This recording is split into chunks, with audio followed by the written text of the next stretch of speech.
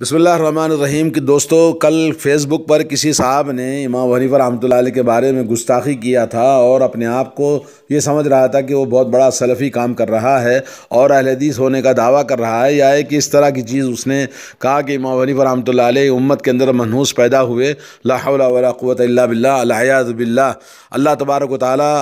ان پر رحم فرمائے اور اس شخص پر ہدایت دے۔ اور میں نے کہا کہ یہ لکھنے والا خود سب سے پہلے منحوس پیدا ہوا ہے اور لکھنے والا منحوس ہے، اور اللہ کی اس پر لعنت ہے جو اس طرح سے امام ابو حنیفہ رحمۃ اللہ علیہ کے بارے میں لکھا ہے۔ ائمہ اربعہ سب کے سب یعنی وہ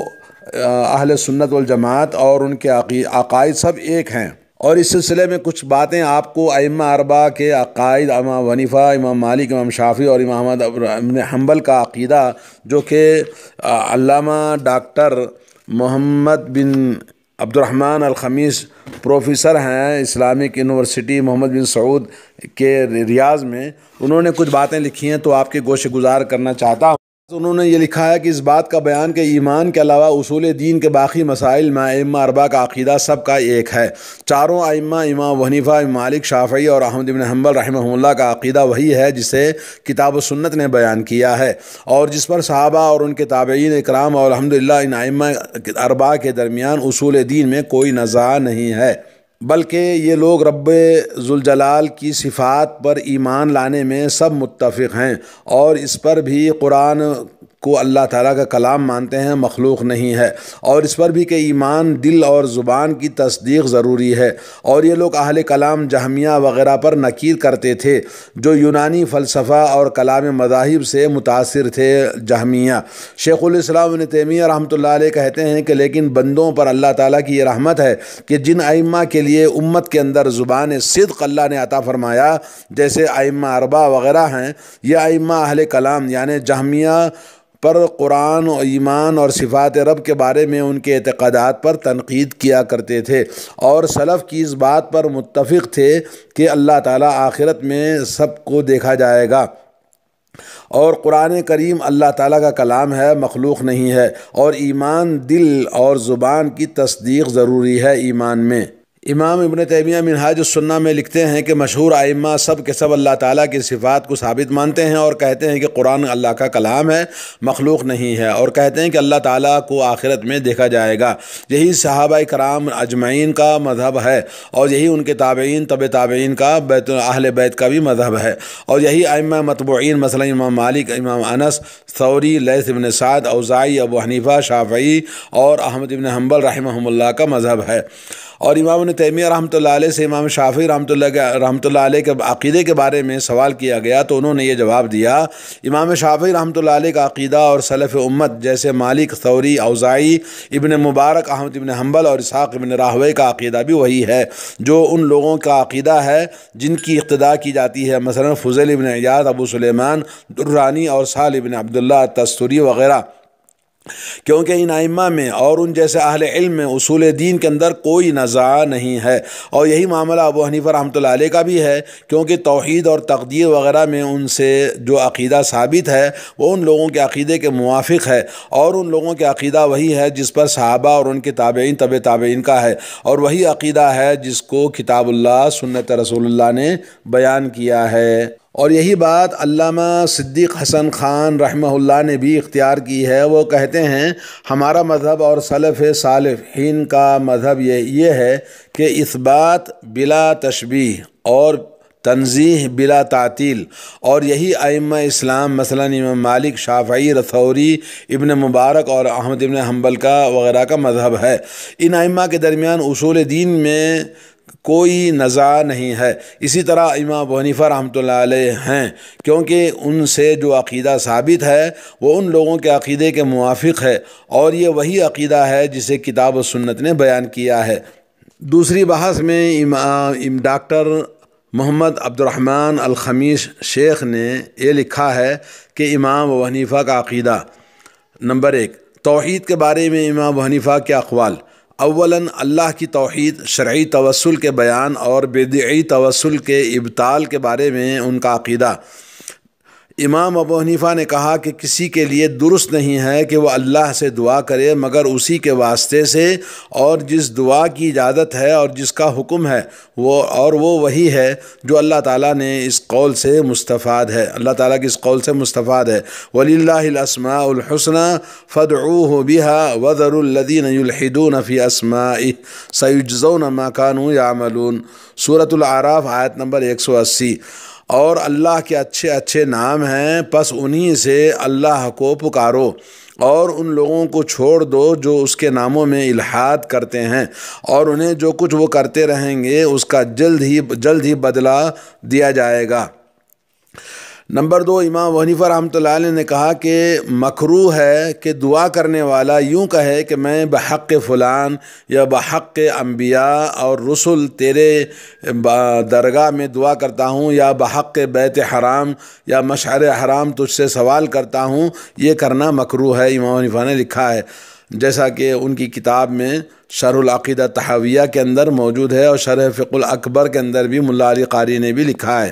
نمبر 3، امام ابو حنیفہ رحمۃ اللہ علیہ نے کہا کہ کسی کے لیے درست نہیں ہے کہ وہ اللہ سے دعا کرے مگر اسی کے واسطے سے، اور میں یہ بھی مکروہ سمجھتا ہوں کہ دعا کرنے والا یوں کہے کہ تیرے عرش کی عزت کی بندش گاہ کے واسطے سے، یا بحق کے تیری مخلوق کے۔ بات یہ کہ صفات کے اثبات اور جہمیہ کے رد میں امام ابو حنیفہ رحمۃ اللہ علیہ کا قول،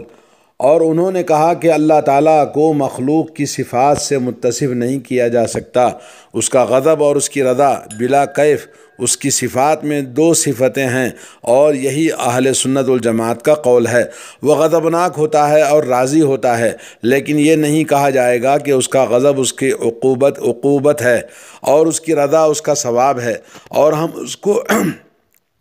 اور ہم اللہ تعالیٰ کو ویسے ہی متصف کریں گے جیسے اس نے اپنی آپ کو کتاب میں متصف کیا ہے، اور وہ ایک ہے، بے نیاز ہے، نہ اس نے جنا ہے اور نہ وہ جنا گیا ہے، اور نہ اس کا کوئی ہمسر ہے، اور وہ زندہ ہے، قادر ہے، سننے والا ہے، دیکھنے والا ہے، عالم ہے۔ اللہ کا ہاتھ ان کے ہاتھوں کے اوپر ہے اور اس کی مخلوق کے ہاتھ جیسے نہیں ہے، اور اس کا چہرہ اس کے مخلوق کے چہرے جیسا نہیں ہے۔ یہ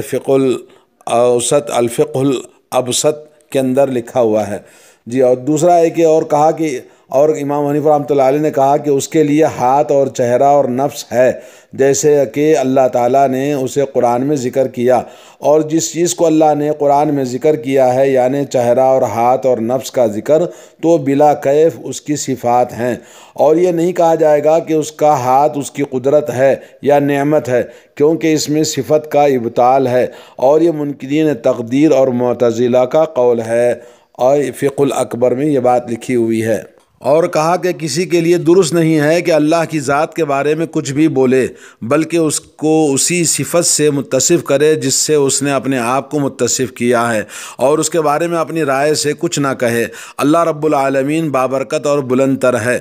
اور اسی طرح سے آپ نے فرمایا، اور جب نزول الہی کے بارے میں ان سے پوچھا گیا تو انہوں نے کہا کہ وہ بلا کیف نازل ہوتا ہے، اور امام حنیفہ رحمۃ اللہ علیہ نے کہا کہ اللہ تعالیٰ اوپر کی جانب توجہ کر کے پکارا جائے گا،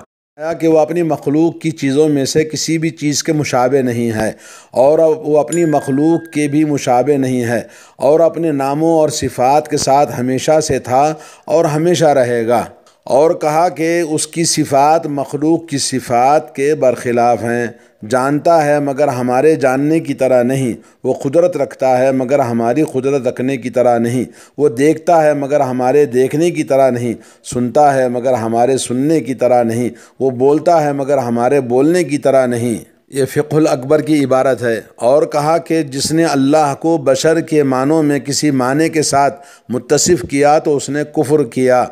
اور کہا کہ اللہ کی ذاتی اور فعلی صفات ہیں، ذاتی صفات حیات ہے، قدرت ہے، علم، کلام، سمع، بصر اور ارادہ ہیں، اور فعلی صفات یہ ہیں کہ پیدا کرنا، روزی دینا، موجود کرنا،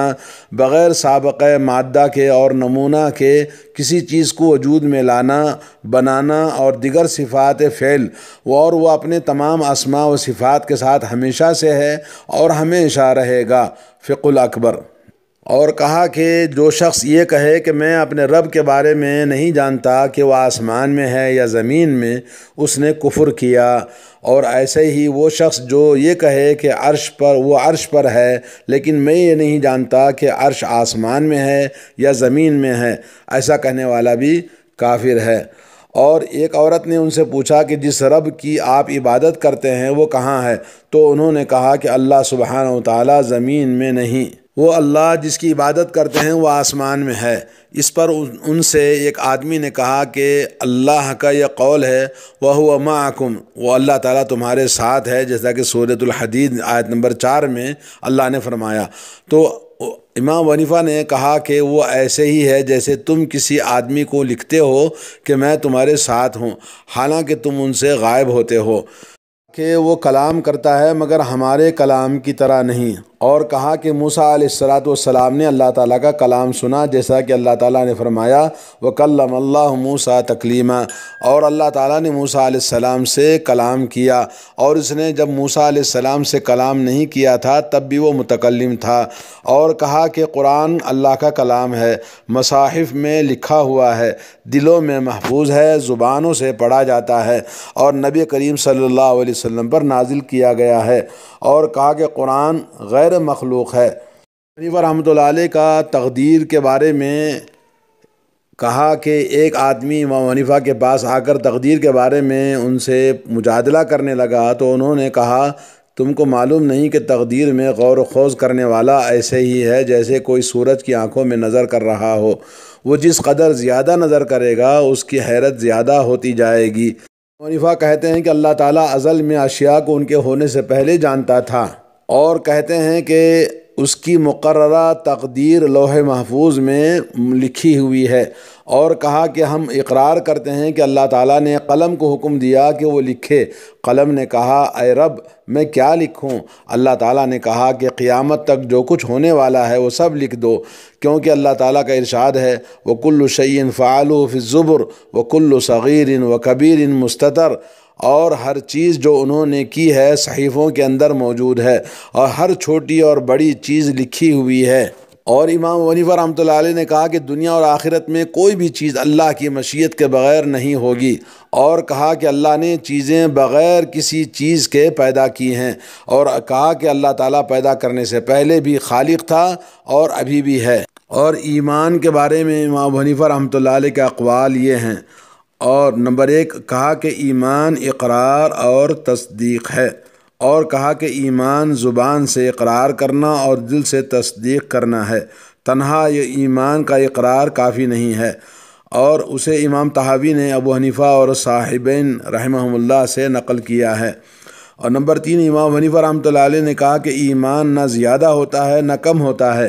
محمد بن عبد الرحمن الخمیس کہتے ہیں میں کہتا ہوں کہ انہوں نے ایمان کے زیادہ اور کم نہ ہونے کی جو بات کہی ہے، اور ایمان کے مسمى کے بارے میں جو بات کہی ہے کہ وہ دل کی تصدیق اور زبان کا اقرار ہے اور عمل حقیقت ایمان سے خارج ہے، تو ان کی یہی بات ایمان کے بارے میں امام ابو حنیفہ رحمۃ اللہ علیہ کے عقیدے اور بقیہ تمام ائمہ اسلام مثلا امام مالک، شافعی، امام احمد اور اسحاق، امام بخاری وغیرہ رحمہم اللہ اجمعین کے عقیدے کے درمیان وجہ فرق ہے، اور حق انہی ائمہ کے ساتھ ہے، اور امام ابو حنیفہ رحمہ اللہ کا قول حق سے الگ تھلگ ہے، لیکن دونوں حالتوں میں انہیں اجر ہے۔ اور ابن عبد البر، ابن عبد العز رحمہم اللہ نے کچھ ایسی بات ذکر کی ہے جس سے یہ پتہ چلتا ہے کہ امام ابو حنیفہ رحمۃ اللہ علیہ نے اپنے قول سے رجوع کر لیا تھا، واللہ عالم۔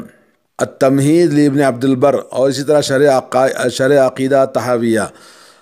دوستو امام ابو حنیفہ رحمۃ اللہ علیہ کا صحابہ کے بارے میں جو قول ہے وہ بھی سنیے۔ امام ابو حنیفہ رحمۃ اللہ علیہ نے کہا کہ ہم صحابہ رضوان اللہ علیہم اجمعین میں سے کسی کو بھی ذکر نہیں کرتے مگر خیر ہی کے ساتھ، بھلائی کے ساتھ، اور کہا کہ ہم صحابہ کرام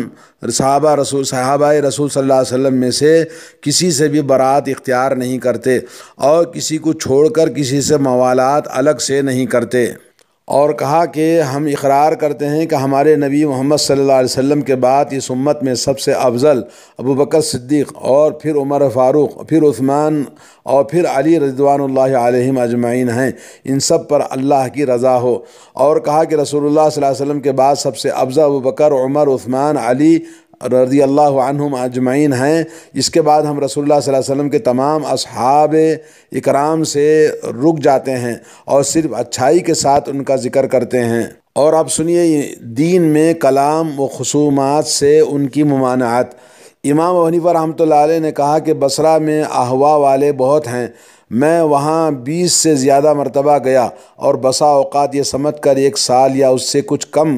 بیش ٹھہرا رہا کہ علم کلام بڑا جلیل علم ہے۔